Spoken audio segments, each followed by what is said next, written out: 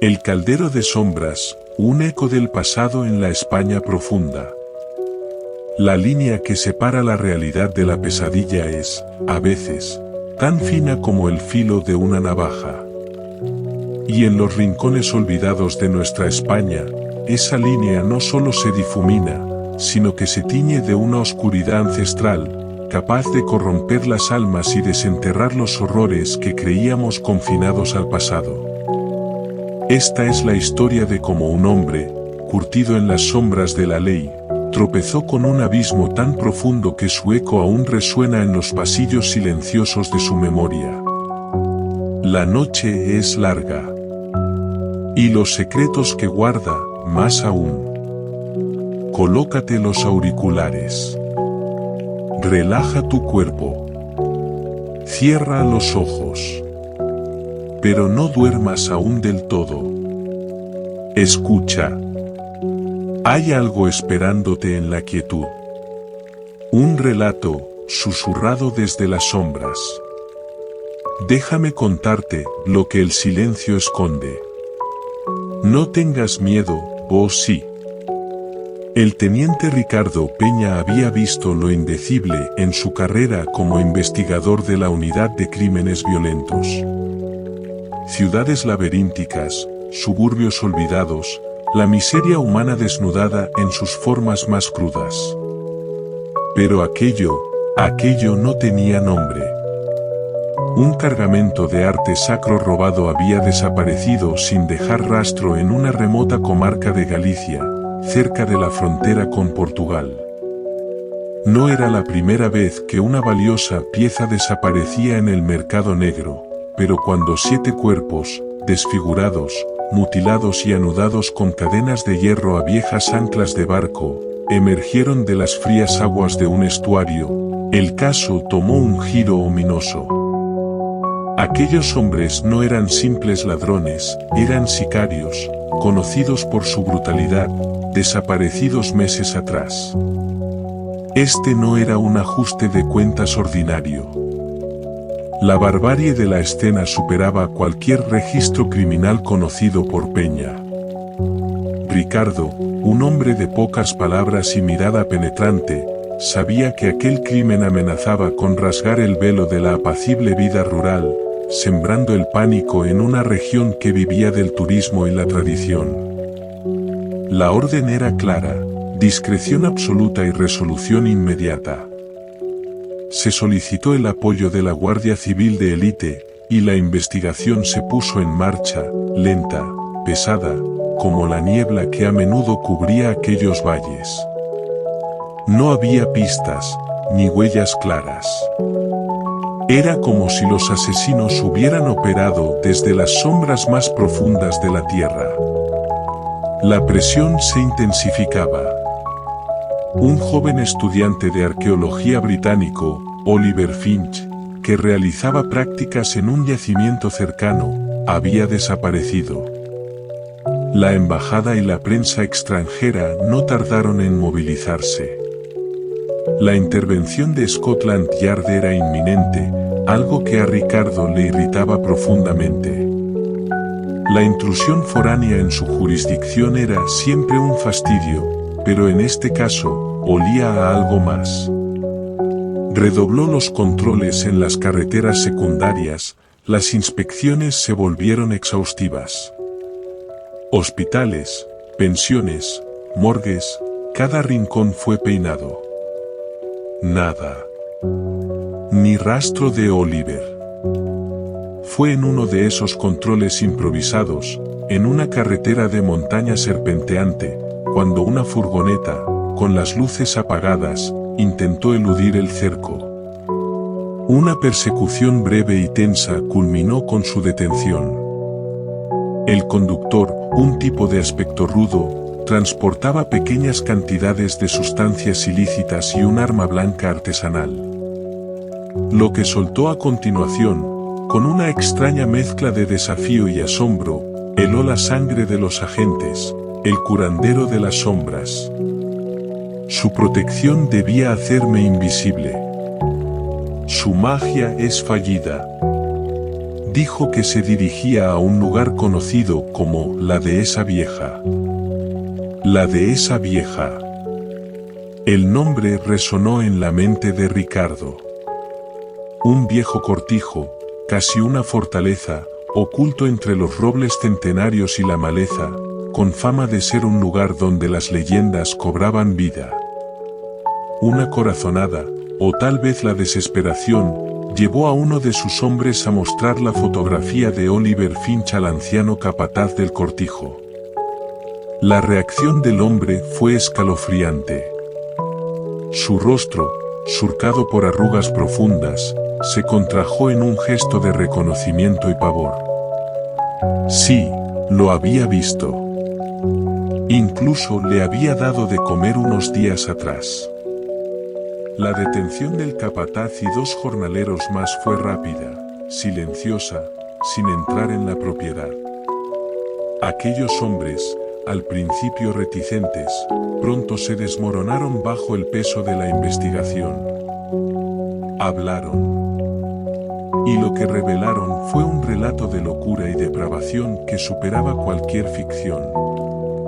El curandero de las sombras, un místico de origen incierto, llegado de las costas africanas con un séquito de fieles, había ordenado la eliminación de los sicarios. ¿El motivo? Un pago insuficiente por favores concedidos. Favores que, según los detenidos, incluían la bendición de sus actividades ilícitas y la invisibilidad ante la ley. Los cuerpos en el estuario eran una ofrenda, un castigo, un mensaje.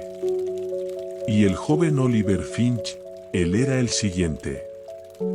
Ricardo sentía un frío glacial recorrer su espina dorsal. Anunció que él mismo interrogaría a los detenidos a la mañana siguiente. Mientras tanto, ordenó que se les ofreciera una noche inolvidable en los calabozos, un agradecimiento por complicar su trabajo de una forma tan macabra. Al amanecer, Ricardo se sentó frente a los detenidos.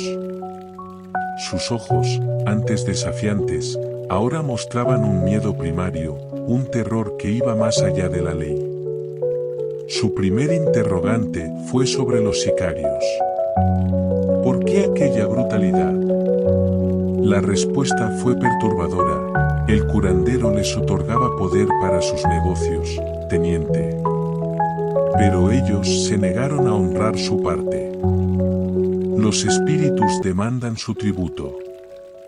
Y la ofrenda de sangre de traidores es la más potente. No parecían locos, ni bajo la influencia de drogas. Sus palabras eran coherentes, su creencia inquebrantable. Fue entonces cuando preguntó por Oliver Finch. La historia se volvió más oscura. Habían intentado un sacrificio con un vagabundo, pero el ritual había fallado.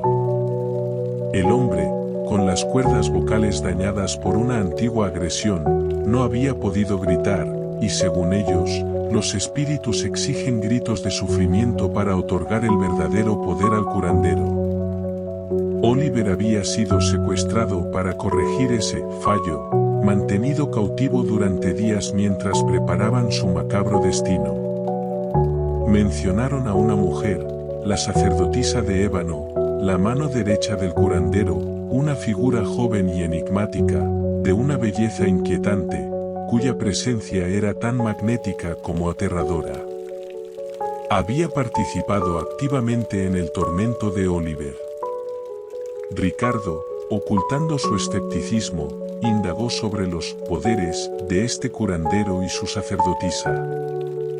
Los detenidos hablaron de un linaje ancestral, de cultos africanos arraigados en la península ibérica desde tiempos inmemoriales, de la magia de las sombras profundas. El curandero, decían, podía ver el futuro, invocar la buena fortuna o la desgracia, e incluso hablar con los muertos. La sacerdotisa, por su parte, poseía una capacidad aún más extraña, la de almacenar el exceso de energía sombría que el curandero acumulaba tras beber la sangre de sus víctimas, actuando como un recipiente psíquico, una batería viva de poder oscuro. La describieron como una figura irresistible, una criatura de seducción y terror. Toda aquella conversación, aquel tufillo a lo sobrenatural, comenzó a corroer la férrea lógica de Ricardo. La oscuridad que emanaba de sus palabras era palpable.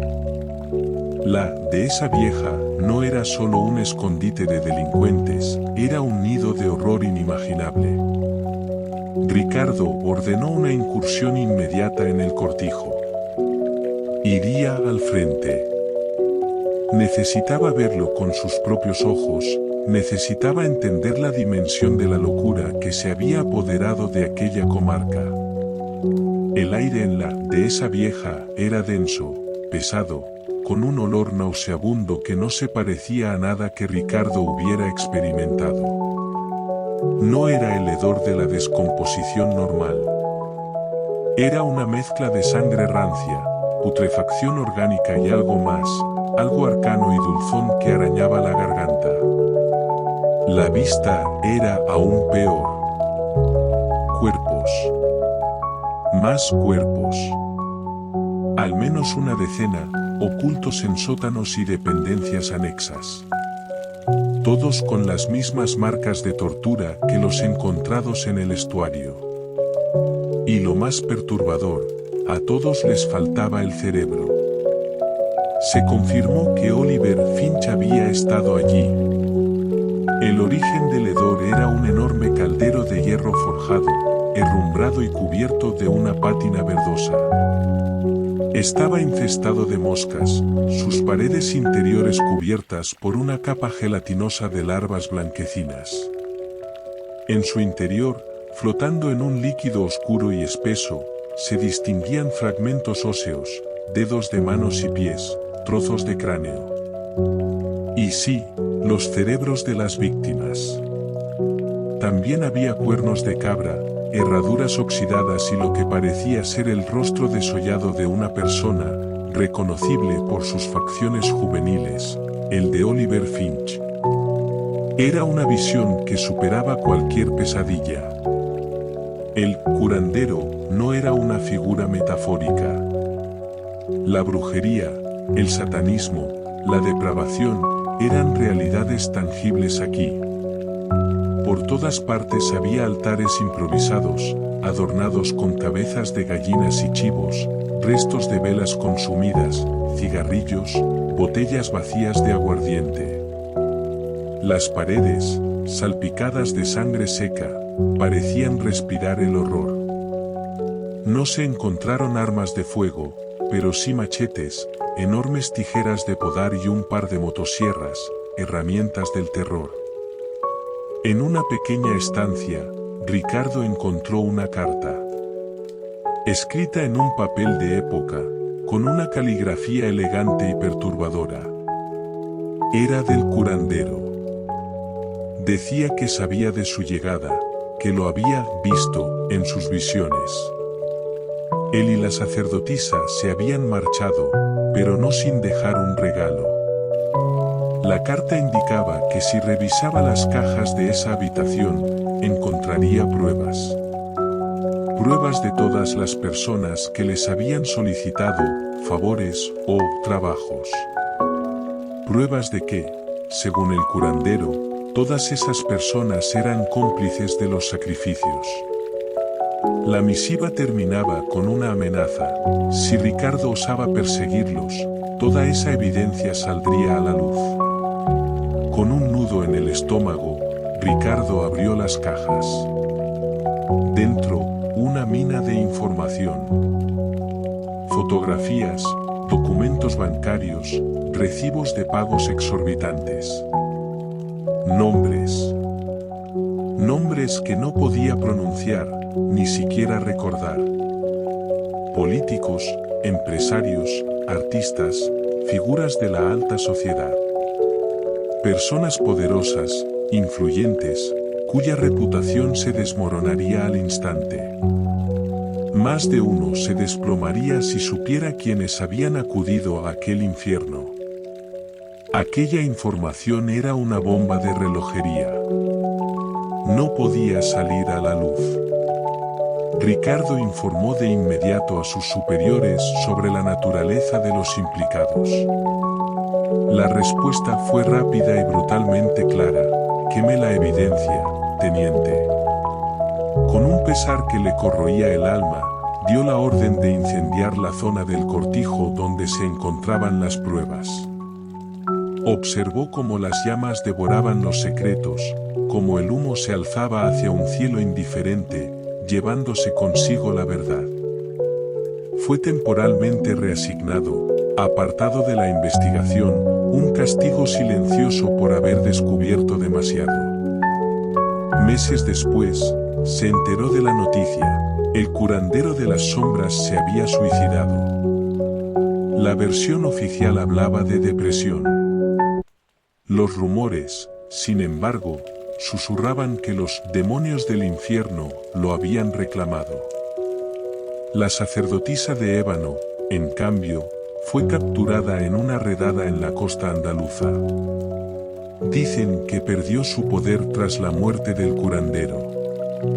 Ella aún permanece en una cárcel de máxima seguridad, sus ojos, según los guardias, conservando un brillo inquietante. Pero lo peor para Ricardo no fue el horror del caldero, ni la quema de la verdad. Fue la cena de Navidad de aquel año. Las luces cálidas, el aroma a pavo asado, las risas familiares. Le tocó sentarse junto a su hermano. Un hermano al que siempre había admirado, respetado. Durante toda la noche, tuvo que permanecer a su lado, compartiendo el pan, la conversación trivial, los brindis, sabiendo que él, su propia sangre, había acudido a ese curandero. Sabiendo que, de alguna manera, su hermano era cómplice de la oscuridad, de los sacrificios, del horror que Ricardo había intentado enterrar bajo las cenizas de la dehesa vieja. La línea entre la realidad y la pesadilla se había roto por completo. Y en el silencio de la noche, Ricardo supo que los verdaderos demonios no siempre habitan en calderos humeantes, sino en el corazón mismo de aquellos a quienes creías conocer. Y ese conocimiento era un peso que llevaría consigo hasta la tumba. Un eco de sombras que jamás se desvanecería.